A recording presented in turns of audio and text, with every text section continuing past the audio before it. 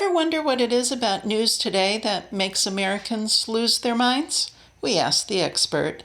This is the podcast from the Fair Media Council. FMC Fast Chat takes you inside the news so you can be in the know in 30 minutes. Hosted by Fair Media Council CEO and Executive Director Jackie Clement, Fast Chat features notables in news, media, and business.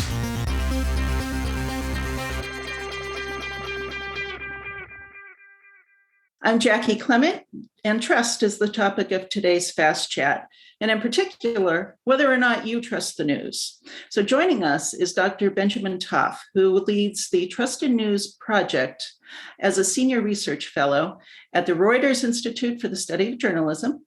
And Ben is coming to us today from the University of Oxford, where he is based. Hey, Ben. Hi, thanks for having me. Thanks for joining us. Can you just start out very simply by telling us what the Trust in News Project is and why do you do it? Sure. So the Trust in News Project is a 3-year research project based out of as you mentioned, the Reuters Institute at Oxford. And the Reuters Institute has been studying news audiences, specifically digital news audiences around the world for many years now. And one piece of the publications that they put out every year about, which is called the Digital News Report, has looked at trust. But they wanted to look at trust in a more in-depth way, beyond just the few questions in any given survey that is typically used, and do so across multiple countries and using different research methods. And so they put together a grant to look at trust in news over a 3-year period. And we're focusing on the US, the UK, Brazil, and India, 4 countries with very different media environments, political environments, and doing this with a mix of different research methods. So both some in-depth interviewing, qualitative interviews, surveys as well, some experiments. And the goal is ultimately to try to figure out, what seems to work, what doesn't work for news organizations in terms of building or sustaining trust with their audiences. And trying to get a better handle on what trust in news really means to people. Okay. And I find it a little bit interesting with your background in that before you did this, you were a journalist yourself. That's right. Yeah, I worked not just before this, but before I even went to graduate school. So before I went and got my PhD, which is in political science, I worked for about 6 years in journalism, most of the time with the New York Times. And then I started looking around, thinking about what I was interested in doing, which was really to focus on a subject, not necessarily this one in particular, but a research subject that interested me around news and media and politics, and be able to focus on that in depth in a way that really only academic institutions like this allow people to do. Let me start with really my basic question, which could probably take all 30 minutes for you to answer. But based on your background and your experience, and from where you sit at Oxford with all of this data behind you, the question is, what is it about news today that just makes people lose their minds in America? Part of it is how much the news media environment has changed. We're in a very different world, as I think everybody knows, from, a few decades ago, where the sources of news available to people were so much more limited and more similar to each other. And so it is just much harder for people to navigate the environment because you're just inundated with lots of different kinds of information than before. And then the other part of it, I think, is not even about the news, but it's about the environment in the United States, which is so polarized, so divided, and so contentious. And news is very much caught up in all of those conversations, and so it doesn't really escape. It doesn't escape from those conversations, escape from that contentiousness. So tell me, how do we compare in the United States compared to the other 3 countries involved in this survey? Yeah, so we just put out our 3rd report last week, which was based on, as you mentioned, survey work that we did in all 4 countries. And one of the things that is striking in our data is how much more politically polarized trust in news is. So in the United States. So there are, very clear political divides in all 4 countries. In the US, it's particularly along lines of partisanship. And it's just a wider gap and gulf really between people who identify with the Democratic Party and people who identify with the Republican Party, and how that plays a role in their impressions of whether news is trustworthy.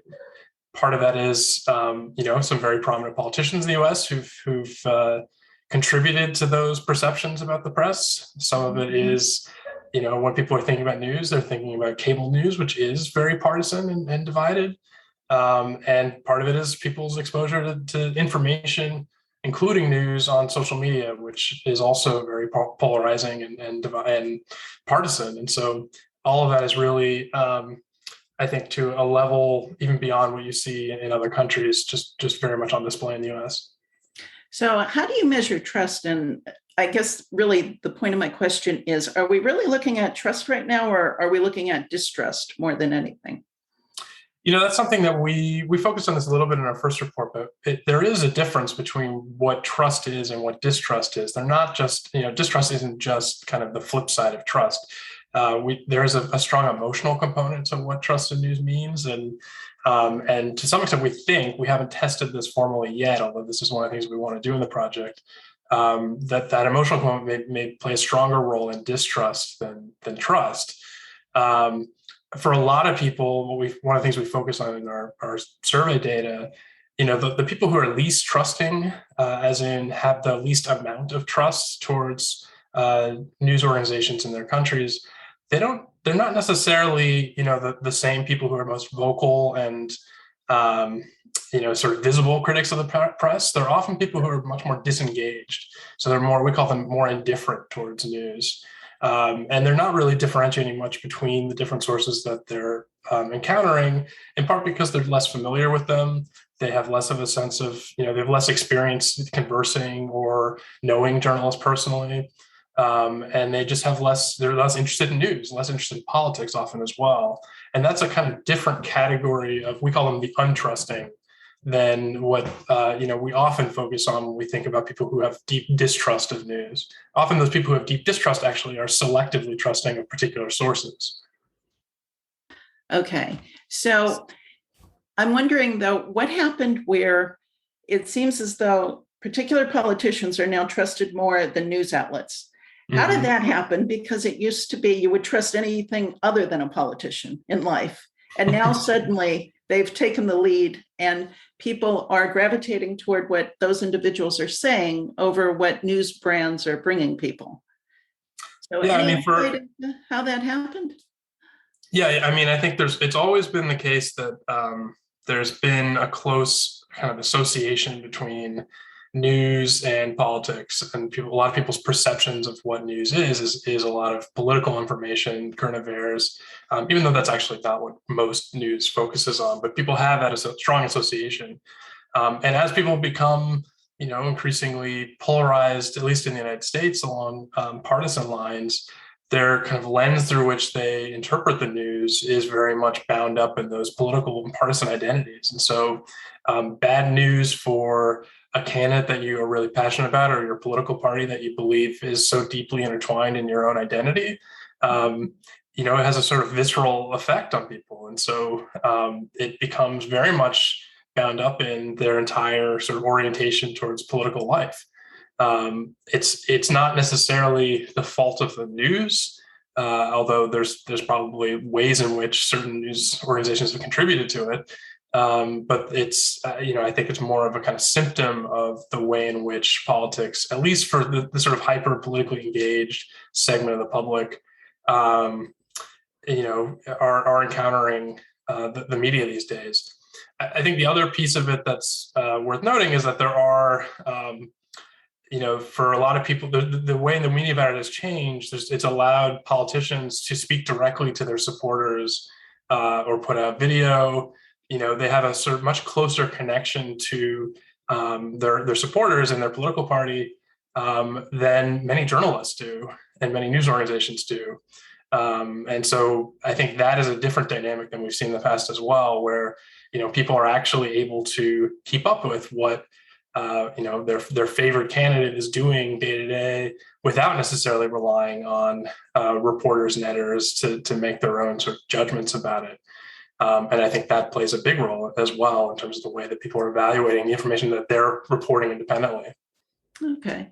All right. So let's break down America a little bit. And let's start with the difference in ages that you may be looking at, because if you are a baby boomer in particular, news has changed dramatically in your lifetime.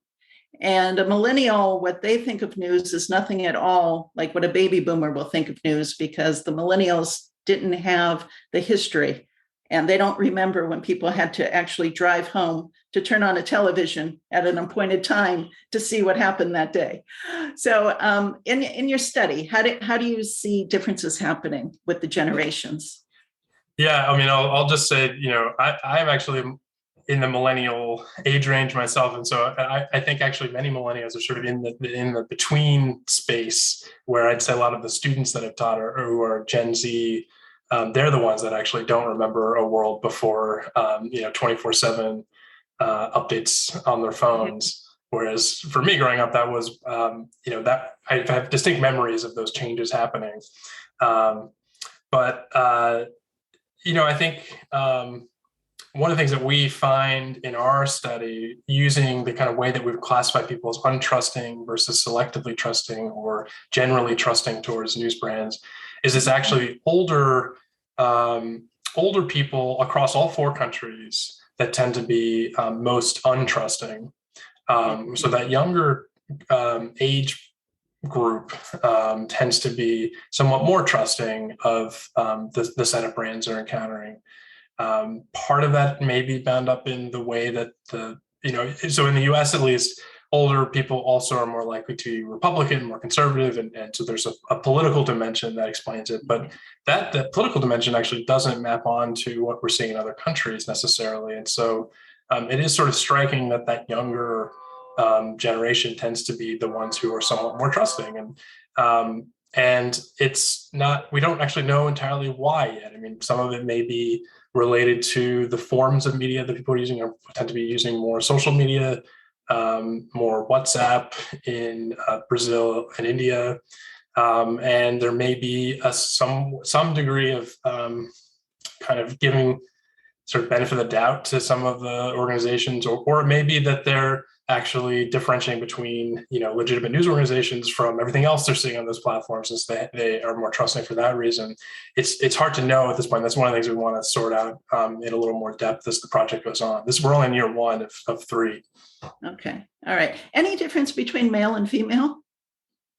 Yeah, we did find some differences, not consistently in every country, but it does tend to be more men who are typically in that untrusting category. The differences are not huge.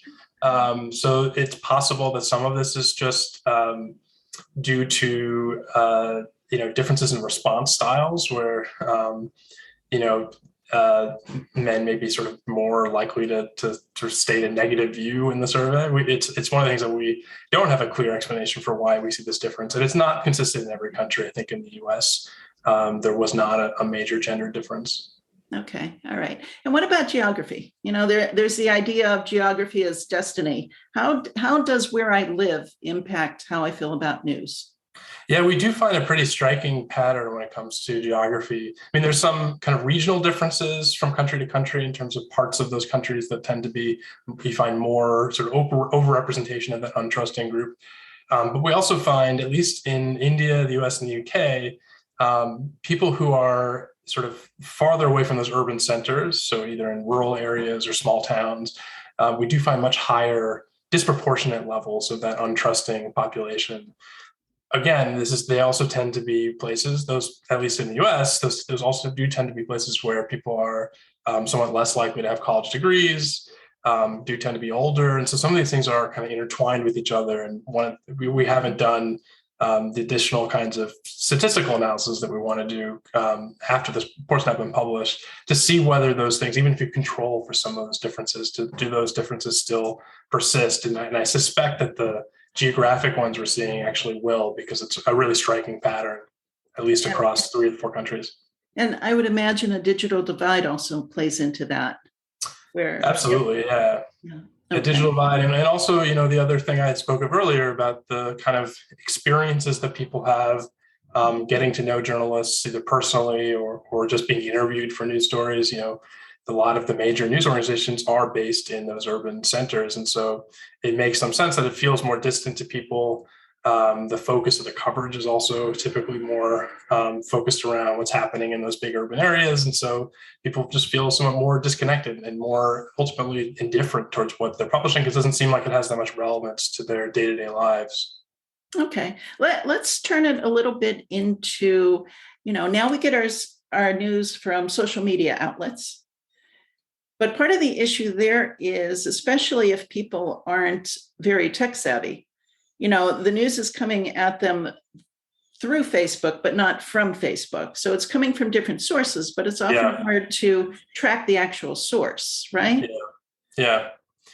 And that's one thing that, we focused more on this in our second report, which was based on some in-depth interviews and focus groups we did with people in all 4 countries. And we really tried to understand the way that they understood the idea of trust and how they differentiated between sources. And a lot of people would talk about the challenge they felt when navigating news and information on platforms like Facebook or others, where they, the way that you're interacting with those sources is in this very fleeting, flipping through your news feed.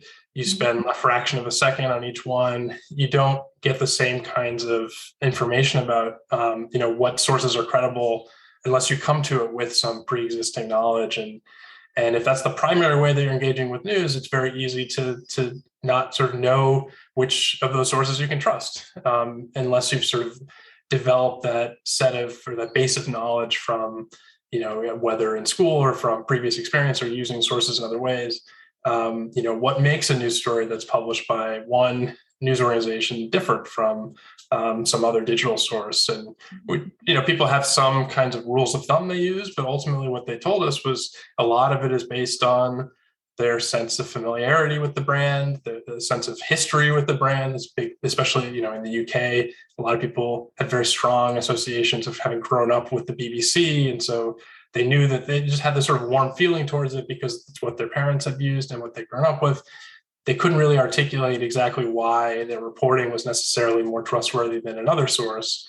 And for most people, they don't engage to that level of depth with the journalism that they're encountering. And so it makes sense that they're sort of relying on more visible indicators of what's trustworthy about the appearance, or just simply seeing it all the time, or seeing other people sharing it all the time as an indicator that it might be more trustworthy than everything else. Okay. Now, I guess part of my question too is, if they don't really know where the news is coming from, because it is kind of hard to track when everything's just kind of shoved together on one page, can they distinguish between what is news and what is a piece of commentary or opinion, which is actually a piece of biased information by definition? Right. But do they know the difference? Because one of the big complaints is everything is biased, right?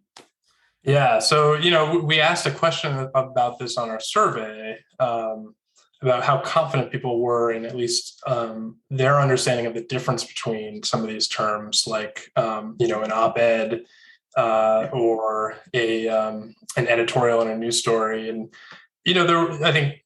I'm trying to look for the actual numbers exactly, but you'd be surprised at how many people will tell you in a survey, be upfront about the fact that they don't really know what those terms mean.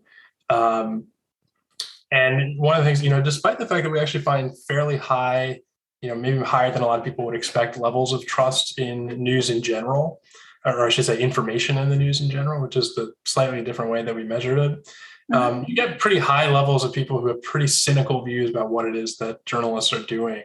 So for instance, between 25 and 40% of people in all 4 countries thought that journalists were very often getting paid by their sources, or trying to manipulate the public, or allowing their personal opinions to influence the reporting.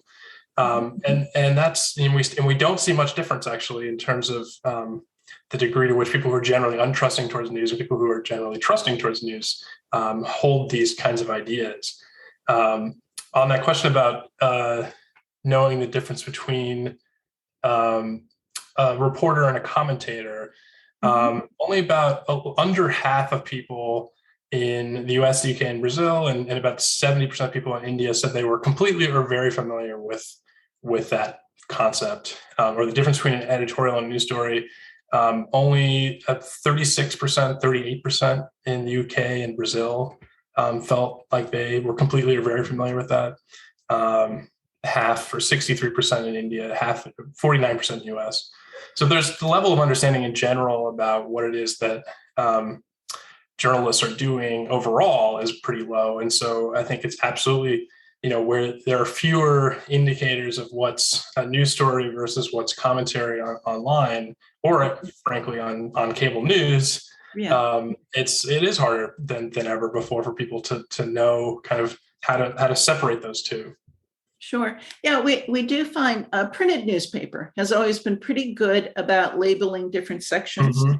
But even when a print newspaper goes online, all of those rules just go out the window, and it's very hard to navigate. So yes. you do see people struggling, which I guess all of it comes back to education itself. In any of these countries, are they teaching media literacy as any kind of standard in the schools, or is it kind of an add-on? Maybe it happens, maybe it doesn't. Yeah, there's a wide variation in all of these countries in terms of the degree to which people are getting that kind of formal training, and then of course people who are out of school who did grow up in a very different media environment, who are now acclimating to this new world of information. Who don't have that opportunity to get that training in school themselves. And so, yeah, I think there is some, significant gaps in most people's sort of training in terms of how to navigate these systems. Do you think journalists in a newsroom understand the difference between what they're doing to build trust and what the audience thinks is trustworthy? I think some have better sense of it than others. I think many journalists are very focused on, the day-to-day deadline pressure and the sort of existential crises facing many news organizations in terms of their own financial standing. And so many, I think, are not so focused on these questions about how the audience is engaging with their work so much as getting through the day, getting through the week, and the sort of immediate concerns of the stories that they're working on. Which, I think if you look at the ways in which newsroom staff has really contracted, especially in the US, especially at the local level over the last couple decades, many are doing way more with fewer resources than compared to even just a few years ago. And so I don't blame them for having a hard time sort of putting all that aside and trying to get a better handle on what their audiences are experiencing when they're navigating their work. But it does create some major problems, because I think that, that there is a disconnect, at least when you're thinking about the interviews that we did and what we're seeing in our survey data. There is a huge disconnect between the way that a lot of journalists think about these things and the way that a lot of the public thinks about news, which is often, for most people, doesn't have that much relevance to the way they live their lives, except for people who are really invested in politics. And then it has a very specific kind of relevance and sort of urgency. But that's not most people. Okay. Well, what would you say the BBC is doing, though, that it seems to have a large trust factor going on, even with people who can't explain why? So what's going on there? Yeah, one of the unique things about the BBC, and of course, BBC has critics on both sides, or I should say multiple sides. It's not just a sort of single dimension of politics. And we see that in some of our interviews, both people criticizing it for being too conservative, people criticizing it for being too woke. And so, it struggles with a lot of these same issues, but it is much more trusted in a sort of broad-based way in the UK. And I think one of the things it does benefit from, which we heard in our interviews, is it's funded in a different way. So it is it's funded through TV license fees and sort of public funding in the UK, not commercial private interests. And so, and people recognize that and they appreciate that in a way that some of the people that we interviewed in the US pointed to their trust in PBS and NPR for the same reason. They felt like they weren't beholden to commercial interests in the same way that they felt applied to many private news organizations. Okay. I do have a couple questions from the audience here. One of which is dealing with, what kind of clues should the public seek from a news report to help determine accurate versus inaccurate reporting, or truth versus non-truths? I mean, I could tell you off the top of my head, one of the guidelines the Fair Media Council gives out is don't rely on one source for your news. We want to see people using as many varied sources as possible. So let's get your take on that. Yeah, I mean, so I think that's a good rule of thumb, and it's also one that I think a lot of people have internalized, and maybe overly internalized sometimes. I think that there are some people who, because they have this fear of being kind of taken in by news sources, that they don't feel like they can trust any of them, and they have to be sort of generally skeptical of everything and distrusting of everything they encounter, and that's not really a helpful way to live your life. And so I think finding news organizations that you feel do deserve your trust, understanding what it is that they're doing that a different news organization is not doing, or maybe doing less effectively. I think so. I think making those differentiations is actually really important. It's also true you don't want to rely on a single source, but I would encourage. It's a hard question for me as a researcher to address, because it deals with like what people should do, when a lot of what we're trying to do is figure out how people are behaving, how they are differentiating, but I can tell you what I do personally, which is I do focus a lot on sort of how transparent the organization is being about their own reporting practices. So telling you what they don't know as well as what they do know. I do pay attention to bylines, and so getting a sense of how that person has a track record of reporting, and what they've reported in the past, which informs whether I think they've sort of done their due diligence on that story. Paying attention to the whether they're reporting original information based on confirming details independently on their own versus just sort of repackaging stuff that's been reported elsewhere. Unfortunately, that's not obvious in a lot of news coverage. They try to sort of cover that up in the reporting.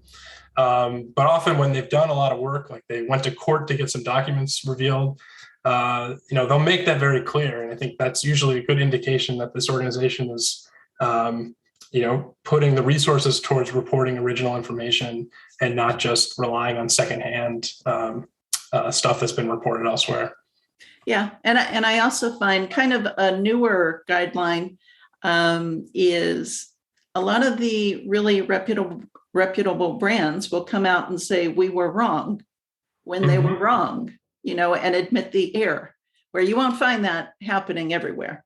And that is one thing that really sets professional journalists apart from others who sort of operate in the space, is they really do hold this commitment to accurate reporting and correcting the record when they make mistakes very seriously. And not everybody does that. And so I think that's another key thing to pay attention to. And the other thing I would add too is, to the extent that they make the original, if they're reporting on documents or,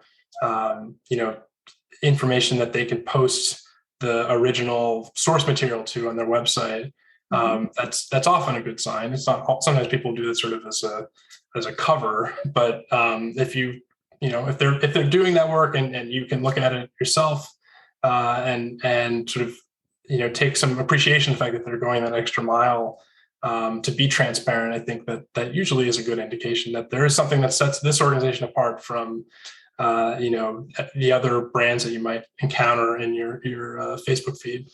Okay. And speaking about the source, I do have a question here. How do people gain access to your survey? To participate in the survey? Or to see your survey results for this latest one, at least. Oh, to see the report. So, so we published on our website at the Reuters Institute website, which is, I should know, reutersInstitute.politics.ox.ac.uk. It's a bit of a mouthful. It's the way that the University of Oxford, makes their websites work. But it's right up there on the homepage of our site right now is the full report. And there's a link as well to the larger Trusted News Project, so you can see the other reports we've published previously. And I should say too, with our report, there's a little bit more detail that I've provided about the methods of our survey and how we went about identifying people to recruit and get and achieve a more or less representative population in each of the 4 countries. Okay. We actually need to wrap up. Is there anything that we should have talked about that I didn't bring up and didn't get out of you? Sure.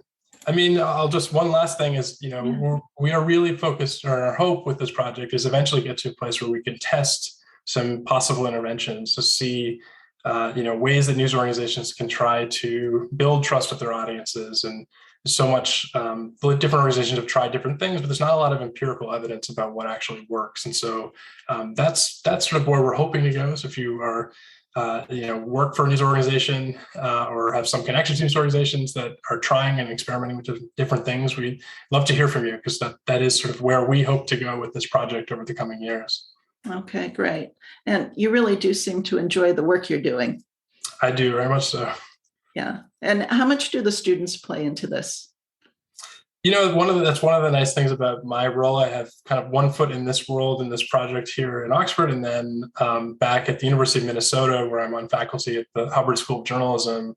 I still do teach classes. And so the students aren't directly involved in this project, but we have a thriving student body interested in journalism, interested in going into journalism, in many cases getting jobs in journalism. And it's one of the really gratifying things about being a faculty member is getting to be involved in seeing those students grow and learn and develop and start their careers in this field.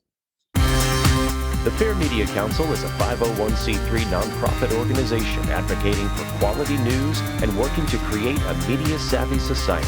For more information about the Fair Media Council and upcoming Fast Chat shows, check out fairmediacouncil.org.